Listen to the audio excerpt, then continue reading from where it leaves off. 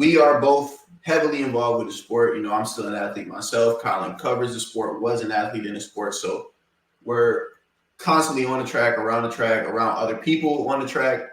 And, you know, this is just an opportunity for us to kind of share experiences, cool stories with another athlete or anything like that. You know, just that's our time to kind of express it.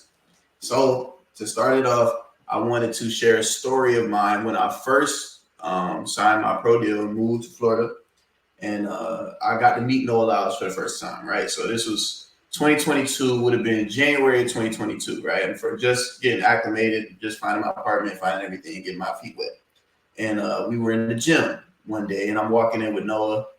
And I'm just talking to Noah, kind of picking his brain. I like to pick people's brain, especially somebody of that nature. And I'm talking to Noah like, hey, bro, like, what do you think you could run in a 400? Because, you know, that's my event. And he was like, I'm not worried about the 400. They got to pay me a milli to hop in that event. I'm like, okay, I mean, yeah, that's smooth, bro. He's like, yeah, you know, when you're the show pony of the sport, man, you got to do what you got to do when you want to do it. I'm like, I was like, yo, I didn't know Noah was like you. Like I said, this is like one of my first conversations with bro ever. And I'm like, damn, like, and he just said it and walked off like casual. Like, damn, like he kind of cocky, but like he right. So he really not that cocky for real. Like it was like I had to tip my cap to him because I'm like, bro, like you get it because he understood his value and stuff. But definitely a nice introduction for me to meet Noah for the first time. Like, okay, I get it. I see why he's in this spot. Yeah. Yeah. And then now he's trying to do the 4x4. So still back in the realm a little bit. So kind of, right? Kind of crazy how that comes. I gotta bring it back up to him now. For sure. Yeah, see, like, hey, what's the thoughts now that you're doing the 4x4? See if that thought changes. Nah, that's great. First time, they'd be like, all right, nice to meet you too, man. Yeah, man, it was cool. It was all respect. It was all love, but you know, it was just cool. He was letting his shoulders drop a little. Oh, yeah.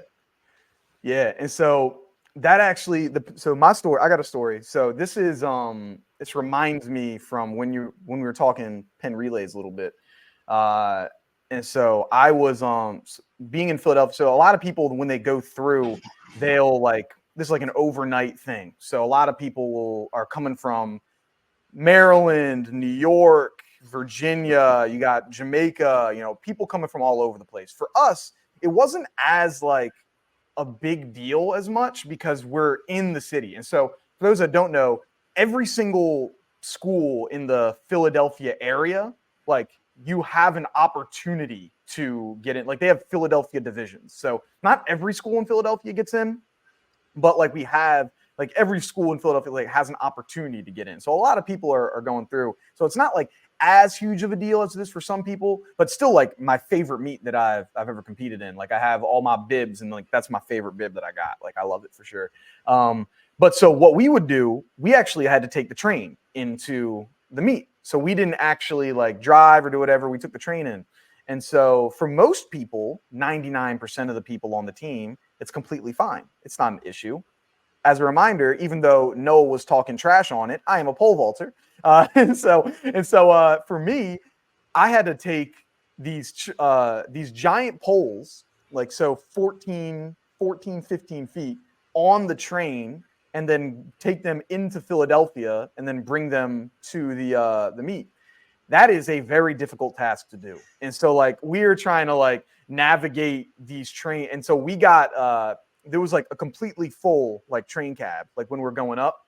And so we actually like made the train late to its next stop because we're trying to like maneuver and get these poles in. So like the conductor had to come out like, yo, what are you guys doing? Like we can't close the door because like you're trying to get the pole into these cabs and there's tons of people in there. We're like, sorry, we're going to Penn Relays. We're trying to figure it out. And he's just like, let's go. So like we made the train probably an extra like 5-10 minutes late.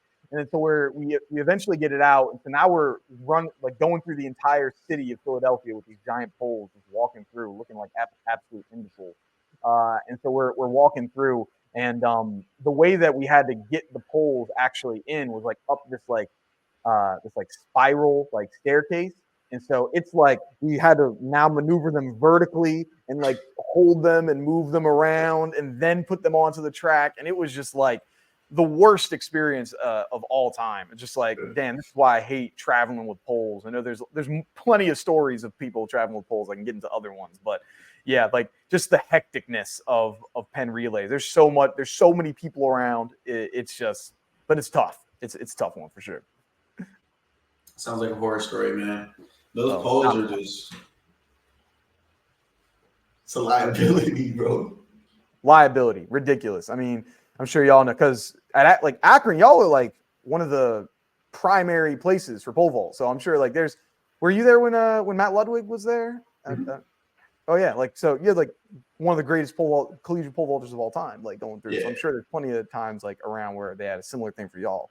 Yeah, I helped them many of times carry that thing through the airports and wherever we were headed. Yeah.